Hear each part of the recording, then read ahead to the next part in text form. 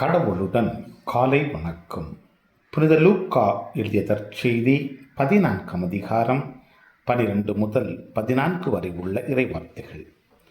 அக்காலத்தில் தம்மை விருந்துக்கு அழைத்தவரிடம் இயேசு, நீர் பகல் உணவோ இரவு உணவோ அளிக்கும் போது நண்பர்களையோ சகோதர சகோதரிகளையோ உறவினர்களையோ செல்வம் படைத்த அண்டை வீட்டாரையோ அழைக்க வேண்டாம். அவ்வாறு அழைத்தால் அவர்களும் உம்மை திரும்ப அழைக்கலாம்.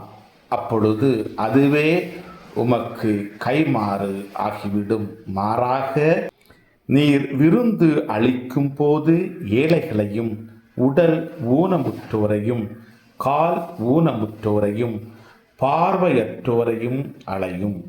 அப்பொழுது நீர் பேறு பெற்றவர் ஆவீர். ஏனென்றால் உமக்கு கைமாறு செய்ய அவர்களிடம் ஒன்றும் இல்லை. நேர்மையாளர்கள் உயிர்த்தெழும் போது உமக்கு கைமாறு கிடைக்கும் என்று கூறினார். கிறிஸ்துவின் நற்செய்தி.